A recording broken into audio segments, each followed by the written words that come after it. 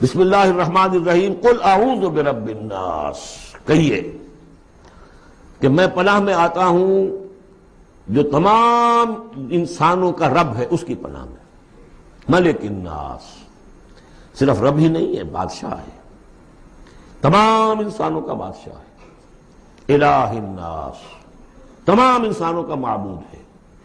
من شر الوسواس الخناس، اس وسوسہ کرنے والے خناس کی جو پیچھے چھپ جاتا ہے، الذی یوسوس فی صدور الناس، جو لوگوں کے سینوں میں وسوسہ اندازی کرتا ہے، اس کے شر سے پناہ مانگتا ہوں۔ یہ جو شیطان لعین ہے جس کے بارے میں آتا ہے کہ ان الشیطان یجری من الانسان مجری الدم، حضور کی حدیث ہے یہ شیطان تو اس طریقے سے انسان کے وجود میں سرایت کر جاتا ہے جیسے کہ خون سرایت کر رہا ہے۔ یہ شیطان جو ہے، اور یہ آپ وہ بھی پڑھ چکے ہیں، وَلَقَدْ خَلَقْنَا الْإِنسَانَ وَنَعْلَمُ مَا تُوَسْوِسُ بِهِ نَفْسُهُ، ہم نے انسان کو بنایا، ہم جانتے ہیں کہ اس کا نفس امارہ جو ہے، اڈ اور لبیڈو، اس کو اندر کیا وسوسہ اندازی کرتا رہتا ہے۔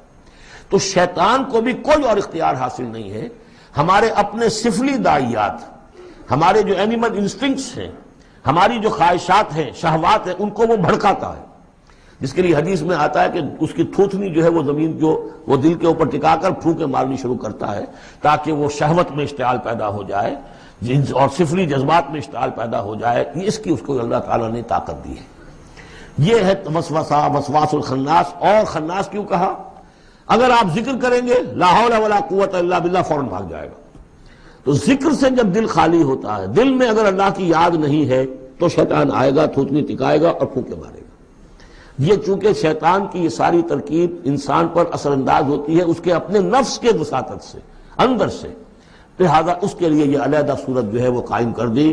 قل اعوذ برب الناس ملک الناس الہ الناس من شر الوسواس الخناس الذی یوسوس فی صدور الناس من الجنۃ والناس، خواہ وہ جنوں میں سے ہوں یا انسانوں میں سے، ان میں وہ وسوسہ اندازی کرتا ہے۔